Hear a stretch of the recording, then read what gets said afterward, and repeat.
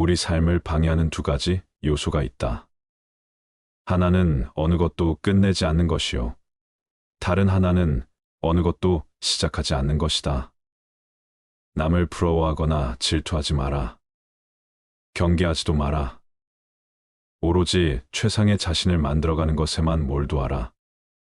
다른 사람이 무엇을 하건 상관하지 말라. 오직 자신이 무엇을 하고 무엇을 하지 말아야 할지 자신의 일에 대해서만 집중하여 생각하라. 스스로의 마음을 다스려 온전히 한 곳으로 집중할 수 있다면 그 어떤 일이든 모두 해결할 수 있다. 남을 위해서가 아니라 너 자신의 행복을 위해 선을 베풀어라. 신의 지혜를 선물로 받아라. 내 눈과 마음을 새롭게 하여 선을 베푸는 그 자체에서 기쁨을 누리는 가장 행복한 사람이 되라. 모든 것은 마음가짐에 따라 이루어진다. 사악한 마음으로 말하거나 행동하면 괴로움은 그 사람을 따라다닌다. 반대로 깨끗한 마음으로 말하거나 행동하면 행복과 보람이 그 사람을 따라다닐 것이다. 부처님 말씀을 토대로 노년의 행복을 위하여 몸과 마음의 건강을 지키는 방법 6가지를 말씀드리겠습니다. 첫 번째, 노후에는 적게 먹어라.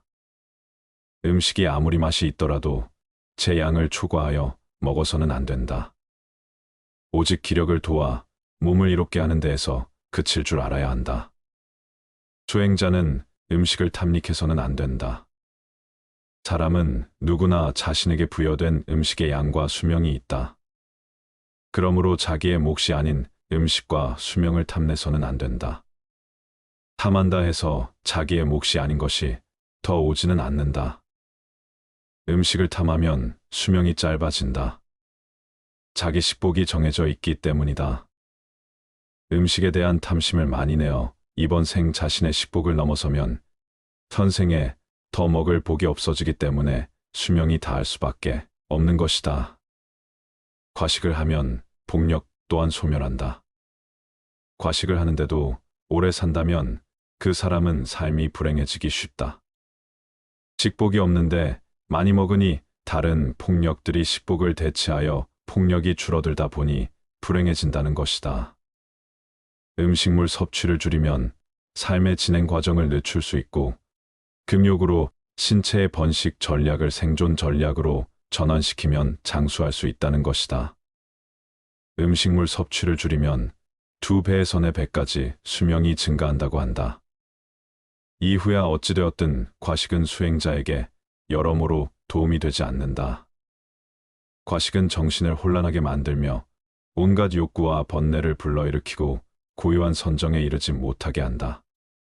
소식을 하면 몸도 마음도 경쾌하고 가벼워 쉽게 선정과 지혜를 얻을 수 있다. 두 번째, 술을 멀리하라. 술을 많이 마시면 몸과 마음이 가난해진다. 그러면서도 재물을 가벼이 여기고 사치를 좋아하여 집안을 망쳐 온갖 화를 부르게 된다.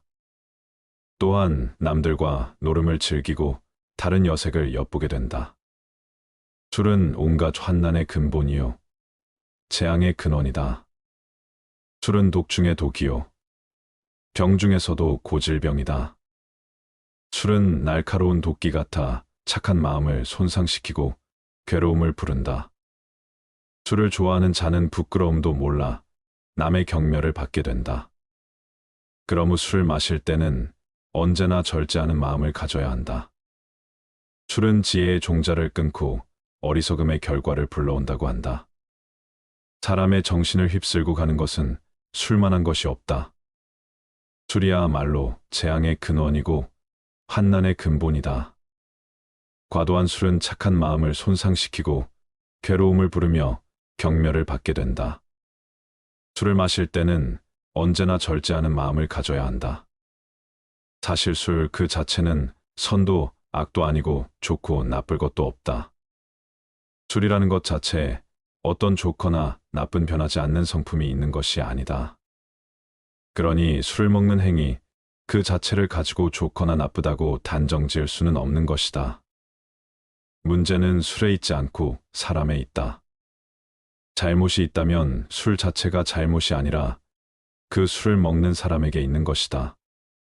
술을 먹고 정신을 잃어버리거나 취한 정신으로 온갖 악행을 한다면 그것은 술이라는 경계에 휘둘리는 것이다. 술이라는 것도 하나의 경계에 불과하다.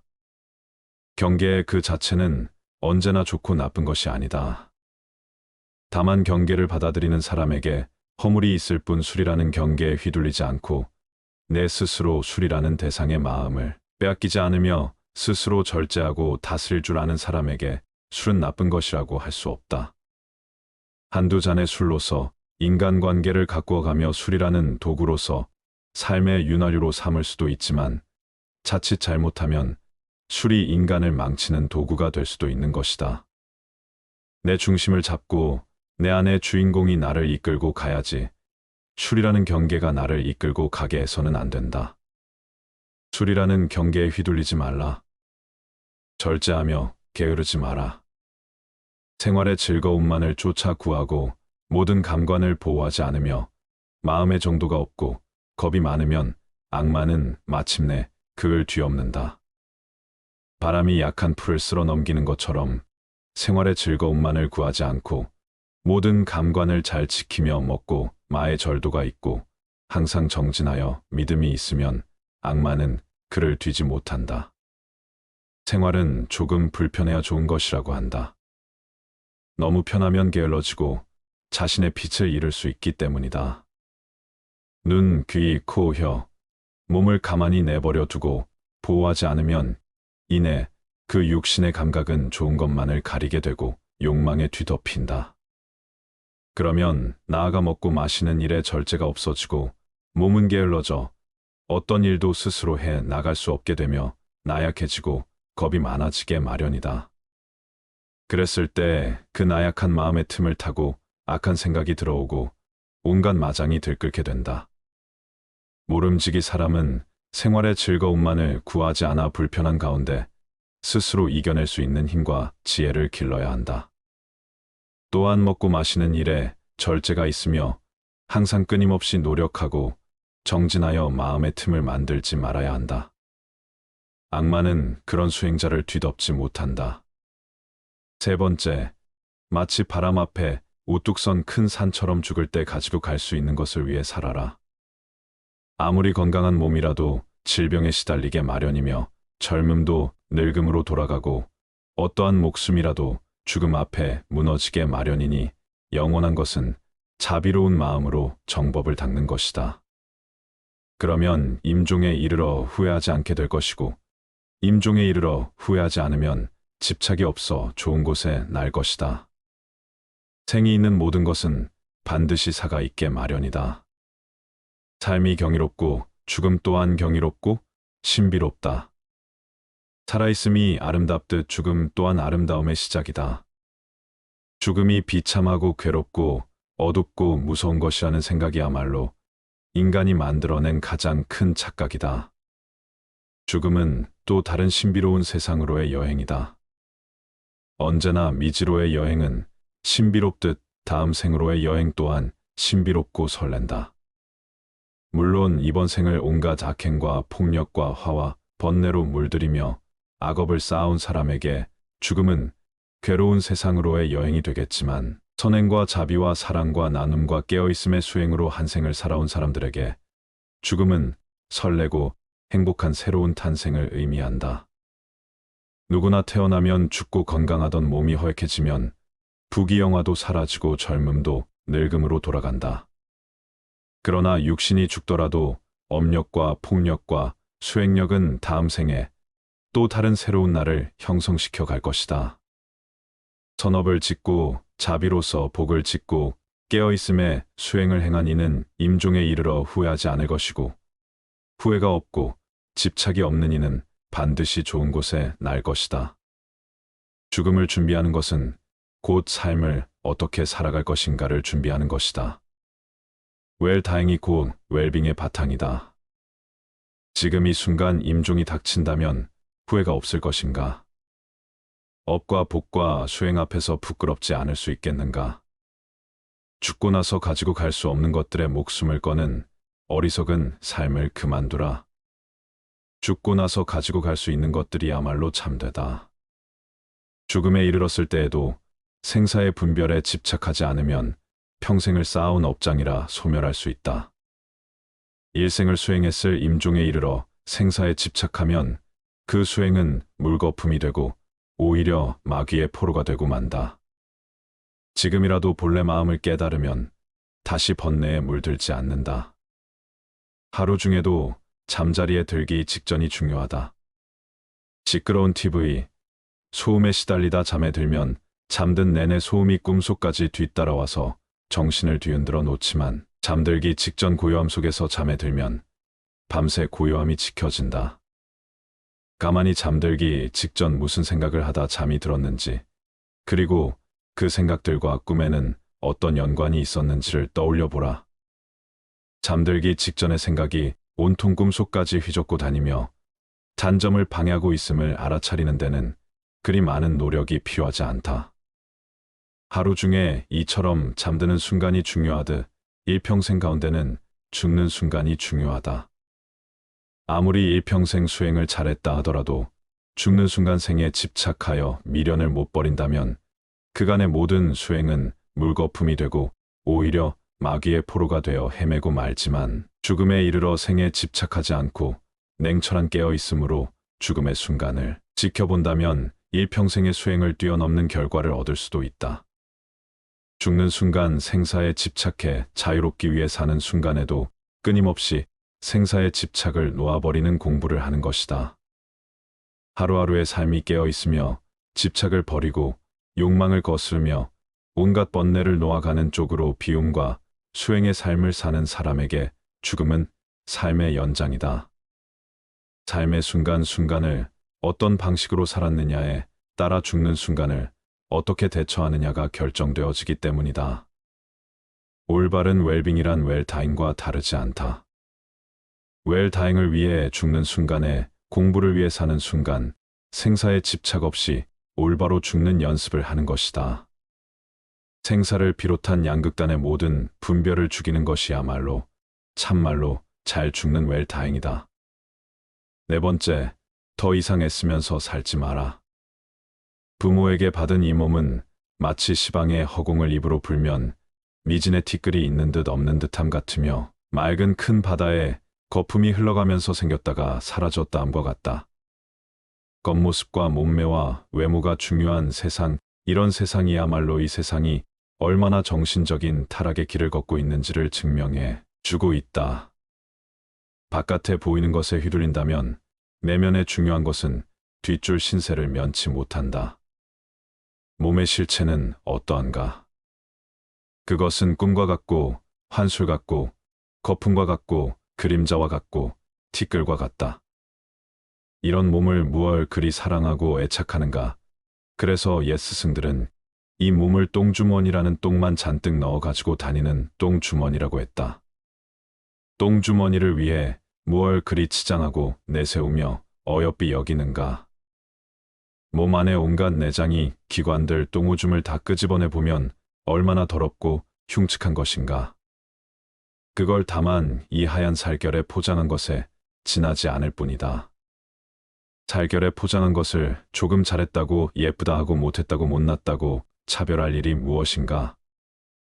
모두가 한낮 뜬 구름과 같고 바다에 뜬 거품과 같으며 꿈과 같고 그림자와 같은 것일 뿐이다. 다만 마음이 중요한 것이다. 몸을 중요시 여기는 그 마음이 우리 몸을 더욱 더럽히고 욕되게 만든다. 몸에 얽매이고 집착할수록 정신은 공허하게 총기를 잃고 만다. 그러니 몸 형상 모습 생김새를 탓하지 말고 또 얽매이지도 말자. 몸을 이제 그만 놔둬라. 다섯 번째, 부모님을 잘 섬기고 부모님께 효도하라. 부모님 공경이 곧 부처님 공경이다. 부모님은 나를 낳아서 나로 하여금 도를 배우게 하심으로 모든 남자는 나의 아버지이며 모든 여인은 나의 어머니로 알아라. 이제 깨달음을 얻는 것은 다 부모님의 은혜이니 사람이 도를 배우고자 하면 먼저 효도로 정진하지 않으면 안 된다. 부모님의 은혜는 부처님의 은혜와 동등하고 부모님을 섬기는 데서 오는 과보는 불보살님을 섬기는 데서 오는 과보와 동등하다. 부모님께 효도를 베푼다면 이 세상의 모든 선행의 으뜸이 된다. 부모님이야말로 지금의 나를 개 한 뿌리이며 근원적인 인연이기에 부모님이나 부부 자식처럼 나와 가까운 인연은 곧 내 안에 업이 투영된 관계라고 볼 수 있다. 그들 속에서 나를 볼 수 있어야 한다. 그들과 나와의 관계는 곧 내 안의 업을 녹이는 공부이고 나 자신을 성장시켜가는 마음, 공부의 생생한 현장이다. 업장 소멸에 열린 장이 바로 가족이며 부모다. 그렇기에 부모에 대한 효도야말로 우주적인 순리를 따르는 수행이 자비의 시작이다.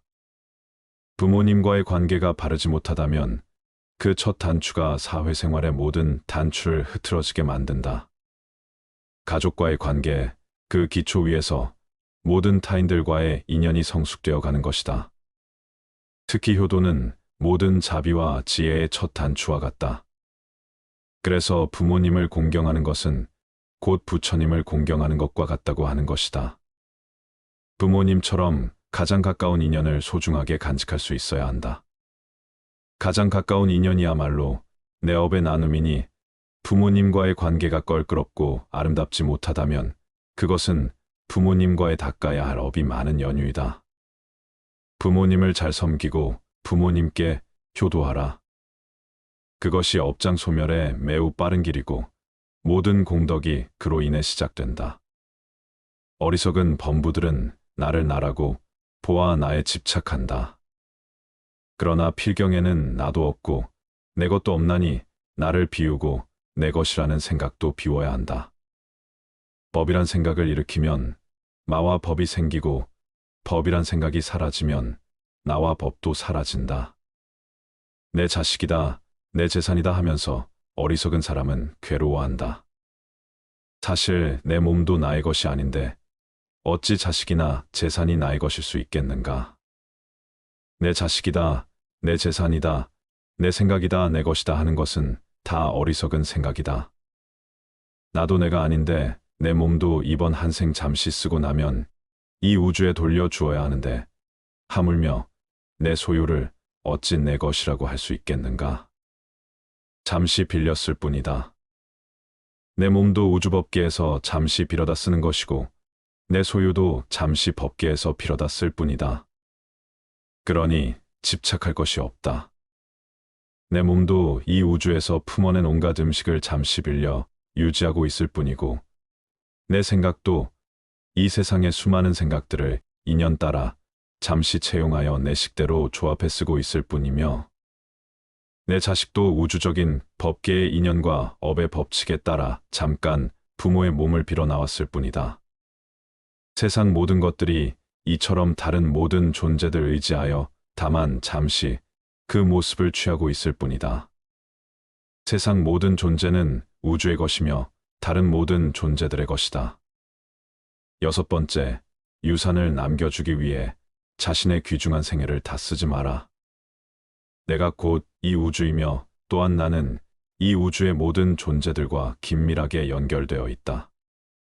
그러니 어찌 내가 누구를 가지고 내가 무엇을 집착하고 누가 무엇을 소유할 수 있겠는가? 온 우주는 전체에 의해 존재하며 전체에 의해 소유되고 있는 것이다. 그런 신성한 우주적인 것에 내 것이라는 울타리를 치면서부터 우리는 우주로부터 진리로부터 외면받고 있다. 내 것이란 울타리를 걷어내면 모든 것이 그대로 있을 곳에 있고 제자리를 찾는다. 내 것을 만들면 세계가 나뉘어 시끄럽지만 내 것을 걷어내면 세계도 나도 나뉘지 않아 고요하다. 유산을 남겨주기 위해 자신의 귀중한 생애를 다 쓰지 마라. 많은 사람들이 재물을 얻는데 더 많은 힘을 기울인다. 우리들 이웃을 보면 저마다 돈벌이에 바빠서 개미처럼 동으로 뛰고 서로 뛰고 급하게 서두르고 악착 같다. 돈 아니면 거들 떠보지 않는 상태로 자신을 방치해 버리기도 한다. 사람들은 돈을 벌면 대부분 쌓아두거나 모은 돈을 통해서 더 큰 돈을 벌 생각을 한다. 그리고 그렇게 힘들게 번 돈조차 기꺼이 써버리고 만다. 다행히 어떤 사람이 생애를 무사히 마칠 때까지 별탈 없이 돈을 엄청나게 벌었다 치자 그동안 그가 땀을 쓴 보람으로 남은 것은 단지 황금 덩어리일 뿐 이제 귀중한 세월은 다 써버리고 말았다. 남은 그 황금 덩어리를 남에게 물려줄 일만 남은 것이다. 그런 생애가 혹시 남 보기에는 호화롭고 멋지게 보일지 모르지만 그는 사실상 인생을 잃기 위해 돈을 벌었으며 남에게 빼앗기기 위해 돈을 번 것이나 마찬가지다. 돈을 벌어서 써보지도 못하고 유산으로 남겨주기 위해 귀중한 인생을 낭비했다. 그는 참으로 허망한 일을 했으며 잊힌 생애를 살았다고 말할 수밖에 없다. 평생을 의식주의 호화호식 위에 악전고투를 하며 사는 것처럼 어리석은 일은 없다. 더구나 대체로 대한 유산을 물려받은 사람들은 순식간에 재산을 탕진하는 일들을 주위에서 흔히 보아왔다. 그렇다면 그는 자신의 인생도 돈을 위해 망치고 유산을 물려준 자녀까지 망치는 일을 자행해온 셈이 된다. 명예는 보배롭고 명성은 탐나는 것이지만 그것은 소수의 비범한 자에게만 허용되는 왕관이다. 그리고 그것은 돈으로도 살 수 없는 값진 것이다. 그러나 사람들은 명예의 월계관보다 재물을 더 선택하고 있다. 과연 돈이 많으면 남들이 떠받들 것이다라는 말이 사실이며 그것이 과연 행복을 가져다 줄 것인지는 의문이다. 모두가 그토록 바라던 순간은 바로 지금이다. 비록 100년을 살지라도 마음이 어리석다면 고요한 마음으로 하루를 사는 것만 못하다. 비록 100년을 산다고 하더라도 마음이 어리석고 탐욕스럽고 성냄을 일으킨다면 차라리 고요하게 그 마음을 비추며 한순간을 보내는 것보다 못하다.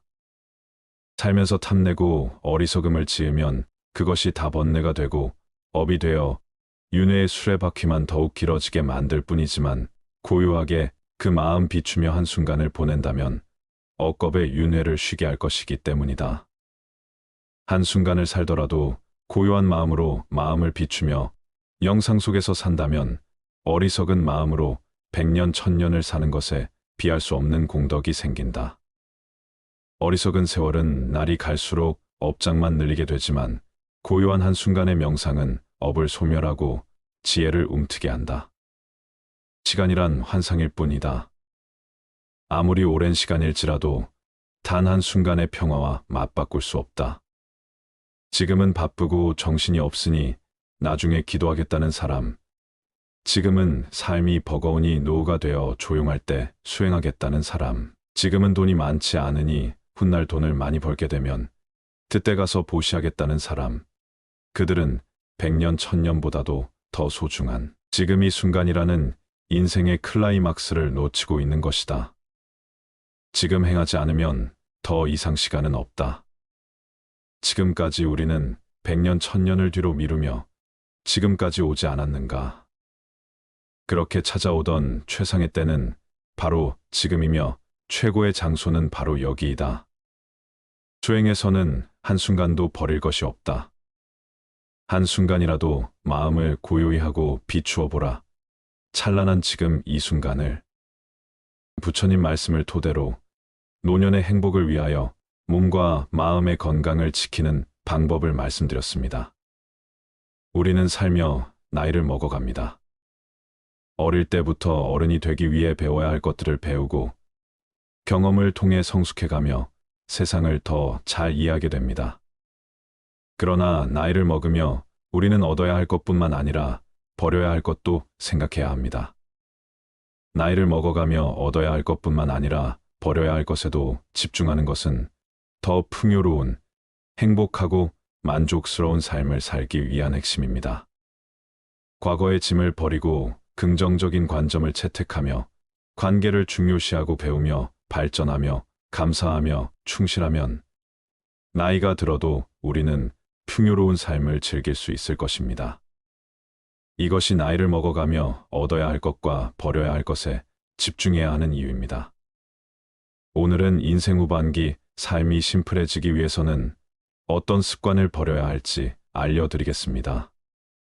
인생 후반기 사물에 대한 집착을 버리고 주변을 정리하면 말끔한 기분의 일상생활이 더 자유로운 기분으로 하루하루를 행복하게 살아갈 수 있을 것입니다.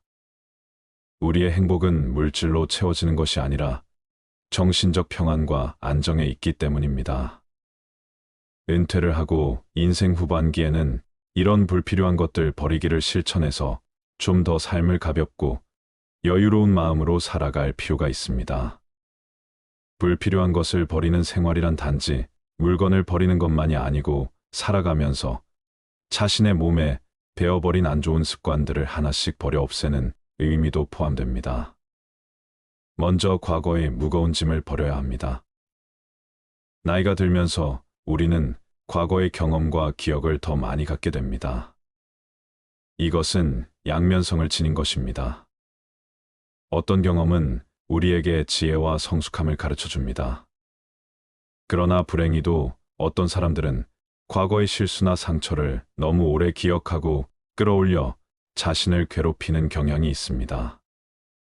나이가 들면서 우리는 이러한 무거운 짐을 버리고 더 나은 미래를 위해 나아가야 합니다. 두 번째로 불필요한 스트레스와 걱정을 버려야 합니다. 나이가 들면서 스트레스와 걱정은 더욱 해로울 수 있습니다. 미래에 대한 불안, 건강 문제, 경제적 문제 등 다양한 이유로 우리는 스트레스를 받게 됩니다. 그러나 스트레스와 걱정은 우리의 건강을 해칠 수 있으며 행복을 방해할 수 있습니다. 나이가 들면서는 불필요한 스트레스와 걱정을 버리고 현재의 순간을 즐기기 위해 노력해야 합니다. 세 번째는 바로 선입견입니다. 어릴 때는 몰라서 이럴 거야 하고 착각하고 오해하는 경우가 많고 나이가 들면서는 이랬으니 이렇겠지 하고 편견을 갖게 되는 경우가 많습니다. 어릴 때는 내가 잘 모르고 어리석다는 것을 감추고 싶어서 그랬던 것 같고 나이가 들어서는 미지의 것에 대한 호기심을 잃어버려서 그랬던 것 같습니다. 시간이 지나 여러 가지 일들을 경험하고 그런 경험으로 인해 지혜가 생기는 것은 좋은 일이지만 반대로 선입견이라는 것이 생겨버리기도 합니다. 그래서 아직 해보지 않은 일에 대해, 아직 읽어보지 않은 책에 대해, 보지 않은 영화에 대해, 아직 제대로 만나보지 않은 사람에 대해 제대로 알아보려 하지 않고 눈 돌리지 않았는지, 귀를 닫고 이야기를 듣지 않았던 것은 아니었는지, 마음을 열고 생각을 기울여 주었는지 본인에게 물어봐야 합니다. 모르면서 아는 척하는 것이 꼴볼견인 것만큼 선입견으로 일이 이럴 거야 하고 판단해버리는 것도 꼴볼견입니다. 물론 해보고 읽어보고 만나보고 들어보고 그 다음에 판단을 내리는 것은 괜찮습니다. 인생을 살면서 쓸데없다고까지는 할 수 없어도 그다지 꼭 필요하지 않은 것들에 너무 많은 시간과 물질 에너지를 낭비하고 살고 있다는 생각이 들 때가 있습니다. 우선 큰 집과 자동차 집안을 꽉 채우고 있는 수많은 가구나 옷, 기타 각종 물건들과 그리고 온갖 사람들과의 관계 때문에 생기는 행사나 만남들, 이로 인한 형식적 체면 치레 때문에 많은 시간과 돈을 쓰게 됩니다. 나이가 들면서 우리는 지금까지의 삶에 감사하고 충실해야 합니다. 우리의 경험과 노력에 대한 감사의 마음을 가지고 더 나은 미래를 향해 나아가야 합니다. 또한 가족과 친구들에 대한 감사의 마음을 표현하고 나누는 것도 중요합니다. 나이를 먹어가며 얻어야 할 것뿐만 아니라 버려야 할 것에도 집중하는 것은 더 풍요로운, 행복하고 만족스러운 삶을 살기 위한 핵심입니다. 긍정적인 관점을 채택하며 관계를 중요시하고 배우며 발전하며 감사하며 충실하면 나이가 들어도 우리는 풍요로운 삶을 즐길 수 있을 것입니다. 이것이 나이를 먹어가며 얻어야 할 것과 버려야 할 것에 집중해야 하는 이유입니다. 나이가 들면 들수록 물건의 사용 여부와 상관없이 버리지 못하고 모아두는 습관이 생깁니다. 여러 원인이 있지만 인지기능 저하가 주요 원인으로 꼽힙니다. 사람은 나이가 들면 서서히 인지 기능이 떨어지는데 실제 저장 강박증이 있는 자도 젊은 층보다는 노인에게서 많다고 합니다. 오래된 신문 잡지책 옷을 버리지 못하는 것에서부터 심하면 실내가 쓰레기로 가득 찬 상태로 내버려 두기도 합니다. 인구 중 2에서 5% 나타날 정도로 흔한데 환자는 젊은 층보다 노인에게서 2배 정도 많다는 연구 결과가 있습니다. 하지만 이러한 물건들은 생활 속에서 무심코 사용하다가 건강에 악영향을 주는 것들이 있습니다. 알고 보면 건강에 무척 해로워 당장 버려야 하는 것들이 있습니다. 오늘은 안 아프고 건강하려면 65세 전까지 즉시 버려야 할 물건 5가지에 대해 알려드리겠습니다. 첫 번째, 오래된 약과 영양제. 집에 영양제가 쌓여 있는 분들 많으실 겁니다. 그런데 모든 영양제를 매일같이 잘 챙겨 드시나요? 어떤 영양제는 매일같이 꼼꼼히 챙겨 드시기도 하겠지만 어떤 영양제는 체질에 잘 맞지 않아 먹지 않고 한자리에 몇 년간 방치되기도 합니다. 아까워서 버리지 않고 가끔씩 드시는 분들도 있고요. 하지만 유통기한이 지나 변질된 영양제는 효능이 떨어질 뿐만 아니라 간에도 무리를 주기 때문에 반드시 버려야 합니다. 약도 영양제와 마찬가지입니다. 건강해지기 위해 먹는 것이므로 유통기한이 넘은 영양제와 약은 과감히 쓰레기통에 버려 건강을 지키시길 바랍니다. 두 번째, 플라스틱과 나무도마. 집에서 오래된 플라스틱 용기를 아무렇지 않게 사용하는 경우가 많습니다. 플라스틱 제품을 잘못 사용할 경우 건강에 치명적일 수 있습니다. 사용 중인 플라스틱 용기 중 PC 제품과 긁힌 상처가 많은 용기들을 모두 버리시기 바랍니다. 이러한 용기들은 가열할 때 유독 가스를 방출하는 물질인 비스페놀 A로 제조되었을 가능성이 매우 높습니다. 또 음식을 가열할 때 플라스틱 용기보다는 유리 용기를 사용하여 가열하는 것이 가장 좋습니다. 그리고 매일 우리는 집에서 도마를 사용해 음식을 만들어 먹습니다. 칼질 많이 한 플라스틱과 나무로 된 도마에 당연히 시간이 지날수록 흠집이 많아집니다. 수많은 틈 사이에는 박테리아나 곰팡이가 서식하기에 좋아 사용 후에는 반드시 도마를 깨끗이 닦아 통풍이 잘 되는 곳에 잘 말려줘야 합니다. 음식은 우리의 입을 통해 몸 안으로 들어가므로 위생적인 조리도구를 이용하는 것이 무엇보다 중요합니다. 세균과 곰팡이는 면역력을 떨어뜨리고 염증을 일으키기에 반드시 도마를 깨끗하게 유지하고 자주 바꿔 주도록 하세요. 요즘은 스테인리스 도마도 있다고 하니 균이 번식하기 어려운 도마를 사용해 보는 것도 좋을 것 같습니다. 세 번째, 낡고 다른 운동화. 운동화를 한번 사면 몇 년을 계속 신게 되는데 오래된 운동화는 굽이 달라 충격 흡수율이 매우 낮습니다. 또한 신발은 걸음걸이에 따라 뒷부분이 많이 마모되게 합니다. 그런데 마모가 된 신발을 계속 신는다면 어떻게 될까요? 특히 운동할 때 신는 운동화의 뒷부분은 체중이 실리면서 몸의 충격이 흡수되는 곳이므로 마모가 되면 새로운 신발을 신어줘야 합니다. 운도의 밑창이 다르면 뛰고 걸을 때마다 완충되는 곳이 없어 발바닥과 무릎과 허리가 그 충격을 그대로 흡수해 관절과 척추에 손상을 주게 되어 무릎 통증과 허리, 디스크 등의 발병률을 높이게 됩니다. 아무리 마음에 드는 운동화라도 밑창에 마모된 곳이 있으면 꼭 교체하여 무릎과 허리가 다치지 않도록 예방하시기 바랍니다. 네 번째, 오래 써서 다른 칫솔. 매일 최소 하루 3번 치아를 닦아주는 칫솔은 세균이 번식하기 참 쉬운 물건입니다. 더군다나 입안 닦기 때문에 각질층이 없는 점막에 바로 세균이 침투하기 쉬워 각별히 깨끗하게 관리해야 합니다. 입안에 상처가 있다면 바로 혈관을 통해 세균이 우리 온몸을 헤집고 돌아다니게 되므로 반드시 칫솔 관리 위생을 지켜주셔야 합니다. 칫솔에 세균이 번식하는 것을 막으려면 일주일에 한 번 물을 묻혀 전자레인지 1분간 돌려주면 된다고 합니다. 생각보다 간단하죠. 평소에는 통풍이 잘 되는 곳에 놔둬 물이 빨리 마르게 해주시고 칫솔모가 벌어진 칫솔을 이용해 치아를 닦아주면 치의 제거가 되지 않으므로 최소 2~3개월마다 교체해 주어야 합니다. 5번째, 오래된 화장품. 유통기한이 지났어도 아깝다며 화장품을 계속 바른 적이 있으신가요?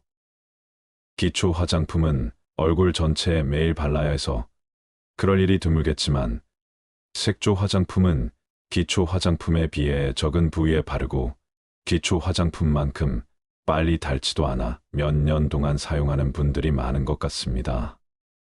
하지만 색조 화장품도 기초 화장품과 마찬가지로 피부에 바로 닿는 물질이므로 반드시 유통기한을 지켜서 사용해야 합니다. 화장품은 사용하지 않는 동안 이 생물의 번식과 함께 오염될 수 있습니다. 특히 오래된 화장품은 세균, 곰팡이, 곤충 등의 미생물이 번식할 수 있는 환경입니다. 또한 일부 화장품에는 환경 호르몬이 포함되어 있을 수 있으며 장기적으로 건강에 해를 끼칠 수 있습니다.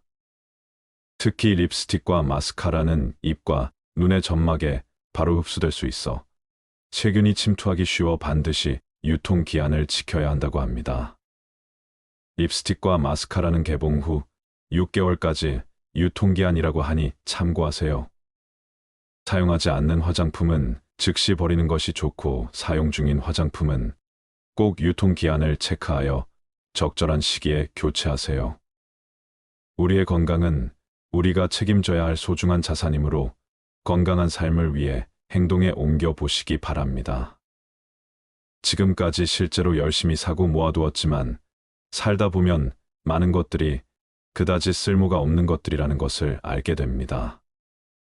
또한 많은 물건들로 둘러싸인 어수선한 공간에서는 정신도 쉽게 산만해지고 마음이 무거워져 생각도 정리가 되지 않습니다.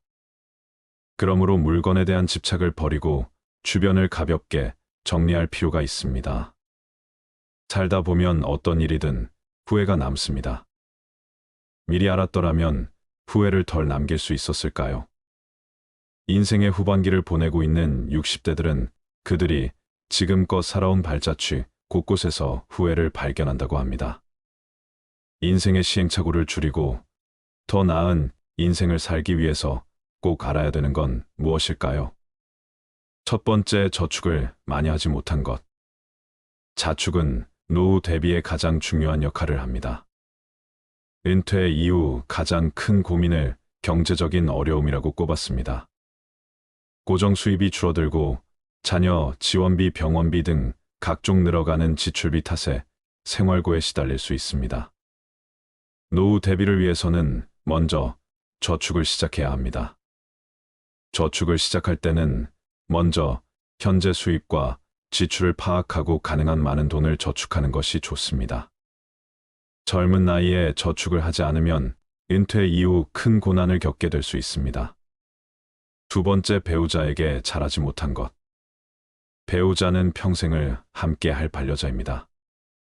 60대가 되어서도 배우자가 옆에 있다면 그야말로 그것 자체가 천복입니다. 그러나 상대방의 소중함을 쉽게 간과해버리고는 합니다. 나이가 들수록 곁에는 서로만 남게 되며 자식도 소용없습니다. 배우자에게 최선을 다하며 앞으로의 노후를 그려나갑시다. 세 번째, 건강을 소홀하게 한 것. 건강이 중요하다는 사실을 모르는 사람은 없습니다. 하지만 젊어서는 그것을 잘 모르고 자기의 몸을 혹사시킵니다. 그거 하나 한다고 건강해지겠어 하고 무심히 지나쳤던 습관들이 사실은 평생 건강을 지키는 열쇠입니다. 건강을 유지하기 위해서는 규칙적인 운동과 올바른 식습관을 유지하는 것이 중요합니다. 많은 종류의 영양소를 저염식으로 골고루 섭취하세요. 영양 과잉과 결핍이 되지 않도록 철저한 관리가 필요합니다. 그 중에서도 특히 치아 관리를 잘해야 합니다. 치아는 하루아침에 좋아지지 않기 때문입니다. 또한 건강검진도 정기적으로 받아 건강한 삶을 유지하는 것이 좋습니다. 건강한 삶은 노후에 대비하는 가장 좋은 방법입니다. 오래 사는 것이 기본인 시대에 우리는 유병장수보다는 무병장수로 가야 합니다. 네 번째, 자식과 대화를 많이 하지 못한 것.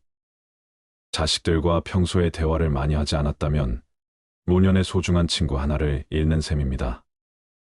늙고 병들면 자식들에게 의지하게 됩니다. 자식과 친밀한 관계를 유지해야 후회 없는 자식 농사를 했다고 느낄 수 있을 것입니다. 뿐만 아니라 자식과 건강한 유대감을 형성하는 것은 노년의 정신적 안정감에도 도움을 줍니다. 자녀들과 진정으로 소통하지 못했다면 노년이 불행할 것입니다. 다섯 번째, 노년을 함께 할 친구를 못 만든 것. 배우자 다음으로 친구가 가장 큰 자산입니다. 취미 생활을 공유할 수 있는 친구, 자신의 속 얘기를 가감없이 털어놓을 수 있는 친구가 있다면 늙어서도 외롭지 않은 인생을 보낼 수 있을 것입니다. 자식들은 바쁘다고 얼굴 보기가 어려울 것입니다. 만일 평생을 함께 할 친구가 없다면 노년은 무척 외롭고 쓸쓸할 것입니다. 여섯 번째, 평생 할 수 있는 취미. 만들지 못한 것 취미라고 해서 골프 등과 같이 돈이 많이 들어가는 것일 필요는 없습니다. 등산과 가벼운 산책, 독서, 음악 감상 등과 같이 큰 돈이 필요 없는 것들도 많습니다. 취미를 갖게 된다면 평생 지루하지 않은 활력 있는 삶을 보낼 수 있을 것입니다. 또한 취미를 부부와 함께 하는 것이 가장 좋습니다. 친구들과 어울려 친목을 도모할 수 있는 취미 생활도 추천합니다. 나이와 건강에 맞는 취미를 개발하는 것은 아주 중요한 노후의 요건임에는 틀림없습니다. 일곱 번째, 배움을 멈춘 것. 60대 공부하는 것은 지난 삶이 바빠서 하지 못한 공부를 하거나 여생에 필요한 지식을 습득하는 경우도 있고 또 단순히 시간을 보내는 한가로운 독서도 있습니다.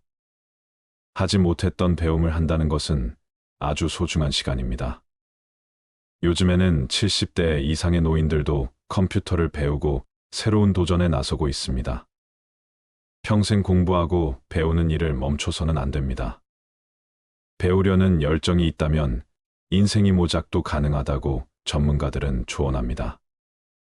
여덟 번째, 일기를 쓰고 기록을 남기지 못한 것. 은퇴한 나에 생각해보면 자신이 살아온 인생의 험하고 덧없이 느껴질 때도 있습니다. 그럴 때 평생 자신이 걸어온 발자취를 돌아보고 정리하는 것이 필요합니다. 그렇게 하기 위해서는 젊어서부터 기록을 남기는 습관이 필요합니다. 일기를 매일 쓰라고 말하는 것은 아닙니다. 다만 틈틈이 기록하고 사진 등을 남겨놓으면 나중에 자신의 삶을 정리하는 데 도움이 될 것입니다. 아홉 번째, 연금과 보험을 들지 못한 것. 노년기에는 뜻하지 않게 먹더니 들어가는 경우가 많습니다. 대부분 건강과 관련된 비용입니다. 60년대생들이나 그 이전에 태어난 사람들에게는 노후 준비에 대한 접근, 방식이 현대의 젊은 세대와는 다르게 해야 한다는 건데 노후 준비 시간이 상대적으로 적다는 점을 감안하여 고령자를 위한 특화된 투자 상품을 찾아볼 필요가 있습니다. 예를 들어 안정적인 수익률을 제공하는 연금, 상품이나 투자 상품 등을 활용할 수 있습니다. 또한 투자에 대한 전문적인 조언을 받기 위해 금융 전문가의 도움을 청하는 것도 좋은 방법입니다. 노후 준비는 재무적인 준비뿐만 아니라 건강 상태를 유지하는 것도 중요합니다. 이는 의료비 부담을 줄이는데 도움이 될 뿐만 아니라 더 나은 삶의 질을 유지하는 데도 기여합니다. 한 살이라도 어릴 때부터 경제와 재테크에 관심을 갖는 게 중요한데 이제는 선택이 아닌 필수인 시대인 것 같습니다. 이러한 돈을 아깝다고 생각하기보다 준비를 한다고 생각해야 합니다. 마지막으로 99%가 공감한 내 인생에 더 도전하고 여행을 많이 다니지 못한 것. 그때 했어야 했는데 그때 그 시절에 나만이 할 수 있었던 일이나 도전이 있었을 것입니다. 대부분의 사람들이 평생 살아오면서 가장 후회하는 것 중 하나가 도전을 하지 않았던 사실이라고 답했습니다. 이어 여행을 떠나지 않았던 사실을 안타까워했습니다. 자식 키우고 회사 일을 하느라 여유가 없었을 것입니다. 그래도 다른 돈을 아껴서 여행을 떠나라고 선배들은 조언합니다. 훗날 회상할 수 있는 좋은 추억을 마련해 놓는 셈입니다. 그동안 수고한 60대의 모든 삶을 응원합니다. 올해 85살인 할머니가 가장 후회되는 것 중 하나가 너무 많은 걱정을 하고 산 것이라고 말하였습니다. 할머니는 이렇게 말씀을 하셨다고 합니다. 걱정하지 마. 그냥 내가 걱정한다고 못 사는 자식이 잘 사는 것도 아니고 내가 걱정한다고 병이 낫는 것도 아니야. 걱정은 하는 게 아니야. 차라리 그냥 좋아지길 바라는 게 더 좋아. 그리고 마지막에 죽을 때 웃는 사람이 행복한 줄 알았는데 그게 아니야. 평상시에 걱정 없이 행복하게 웃는 게 진짜 행복한 거야. 행복은 저축처럼 안 쓰고 모아둔다고 모아지는 게 아니야. 행복할 땐 그냥 걱정 없이 행복해야 돼. 평상시에 걱정 없이 행복한 것이 진짜 행복한 사람인 거야. 모아두었다가 꺼내 쓸 수 있는 게 행복이 아니야. 그냥 걱정하지 마. 편히 그냥 그렇게 웃으며 살아. 그게 최고야. 근데 그걸 그동안 못했어. 너무 늦게 깨달은 거지. 이 말을 보고 참 생각이 많아지더군요. 그동안 제가 어떻게 살았는지도 뒤돌아보게 되고 그랬습니다. 이럴 때 어느 스님의 말씀이 생각이 나네요.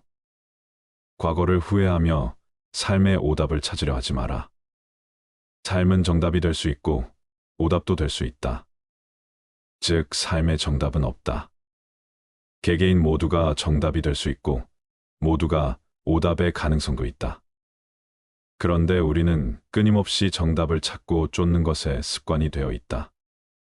그러면서 후회를 한다. 그럴 필요 없다. 지금 내가 서 있는 이 자리가 내 자리이고 정답과 오답을 나누며 분별하는 마음이 괴로움을 가지고 오는 것이다. 정답이든 오답이든 그냥 그대로 다 받아들이면 그대로 정답이 되는 것이다. 여러분들의 후회되는 것들은 무엇이 있나요? 그리고 그 후회되는 것들을 하지 않기 위해 어떤 노력을 하고 있나요? 지금껏 쉴 틈 없이 달려온 여러분의 마음에 위로가 되는 좋은 글 하나 읽어 드리도록 하겠습니다. 다들 마음을 내려놓고 어느 한 의사의 이야기에 집중해 주시길 바랍니다.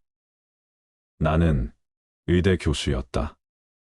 79세의 노인이다. 정신과 전문의로 50년간 15만 명의 환자를 돌보고 학생들을 가르쳐 왔다. 퇴직 후 왼쪽 눈의 시력을 완전히 잃었다.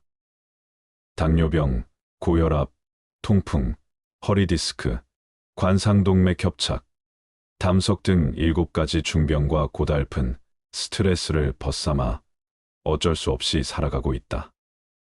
한쪽 눈으로도 아침이면 해를 볼 수 있고 밤이 되면 별을 볼 수 있다. 잠이 들면 다음 날 아침에 햇살을 느낄 수 있고 기쁨과 슬픔과 사랑을 품을 수 있다. 남의 아픔을 아파해 줄 수 있는 가슴을 가지고 있다. 세상을 원망할 시간이 없다. 지팡이 짚고 가끔 집 밖으로 산책을 했다. 한쪽 눈이지만 보이는 것만 보아도 아름다운 것이 많았다. 지금은 다리에 힘이 없어 산책이 어렵지만 계절이 바뀔 때마다 보이는 앞산숲을 색깔이 아름답다. 삶이 감사하다. 인생이란 바로 여기와 지금이다. 행복을 느낄 시간과 공간과 사람은 바로 지금이다. 지금 여기에서 함께하는 사람들과 어울려 한 번이라도 웃으며 이야기를 나눌 수 있는 곳이 바로 즐거움이다. 살아보니까 그렇다. 뇌 속에서 행복을 만드는 물질은 엔돌핀이다. 엔돌핀은 과거의 행복한 추억 때문에 생기는 게 아니다. 지금 내가 즐거워야 엔돌핀이 형성된다. 사람이 어떻게 늘 행복하기만 하느냐고 묻는 이들도 있다. 그런 이분법적인 생각에서 벗어나야 한다. 어제 죽은 사람들이 하루라도 더 살기를 원했던 그 소중한 시간에 나는 오늘을 살고 있다. 괴롭고 슬퍼도 한 가닥 희망을 만들어 보자. 살아있음이 즐겁고 만날 수 있음에 감사하자. 지나간 세월은 어렵게 살았더라도 다 행복했던 거라고 나이 든 사람들은 이야기한다. 왜냐하면 사람은 누구나 짜릿하게 행복한 시간이 있었다. 사람은 그 추억으로 사는 것 같다. 괴로움을 겪어봐야 행복할 줄 안다. 인생살이 살면서 오늘 지금 여기가 제일 중요하다라는 말이 맞는 말 같다. 아내 없이 살아보니까 있을 땐 몰랐는데 젓가락 한쪽이 없어진 느낌이다. 있을 때 잘해라는 말을 많이 들었는데 그럼 어떻게 살아야 할까? 우리 장인이 하신 말씀인데 나에게 주어진 대로 감사하면서 받아들이면 다 보여. 행복의 답은 바로 지금 여기 내 가슴에 담겨 있다. 고개 들어 저 멀리 하늘을 한번 보자. 정말 눈물 없이 들을 수 없는 가슴 아픈 이야기입니다. 반려자를 잃고 젓가락 한 짝을 잃은 듯한 기분을 여러분들은 공감하시나요?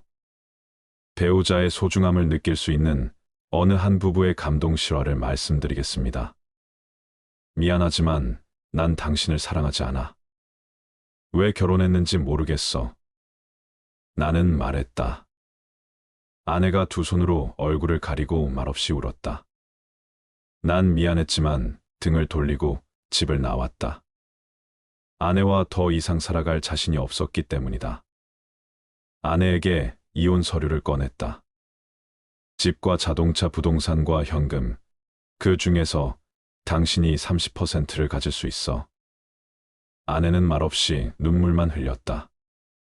이튿날 집에 돌아와 보니 탁자에 아내가 써놓은 편지가 있었다.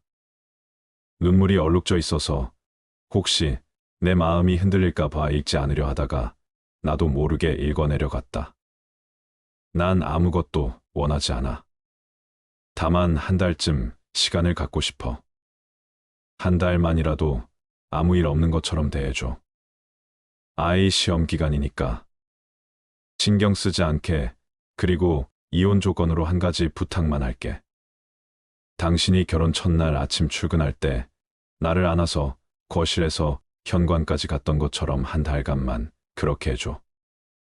이 여자가 미쳤나 이런 생각이 들었지만 한 달이면 끝날 일이니까라고 생각하며 그렇게 해주기로 했다.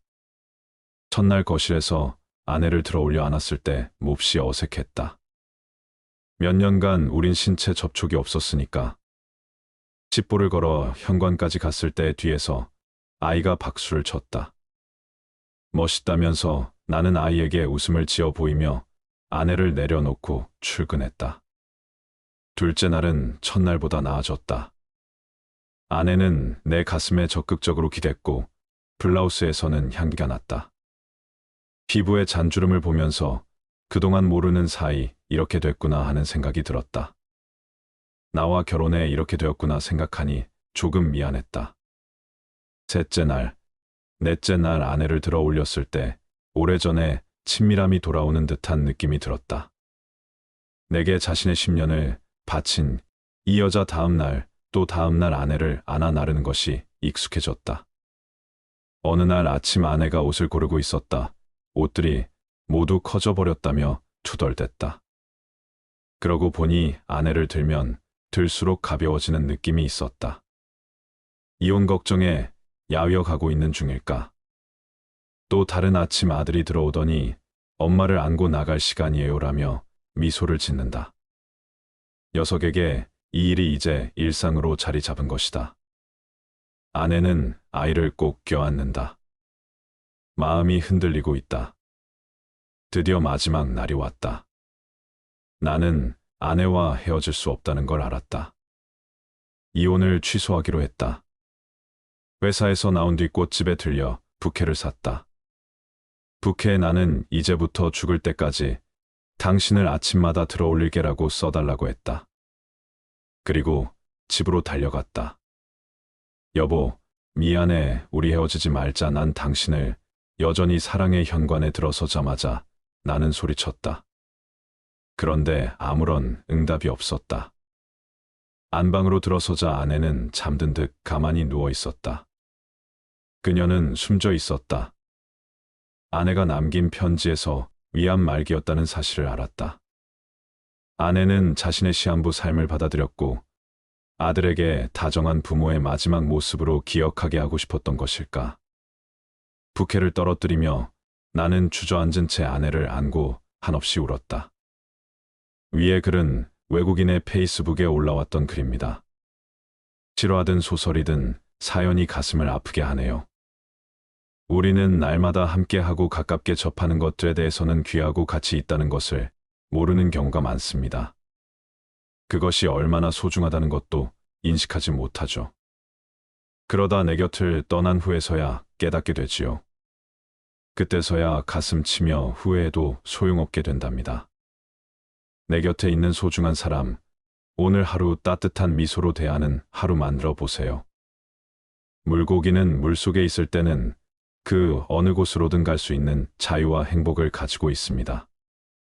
하지만 물고기는 자신이 자유롭고 행복한 존재라는 사실을 알지 못합니다.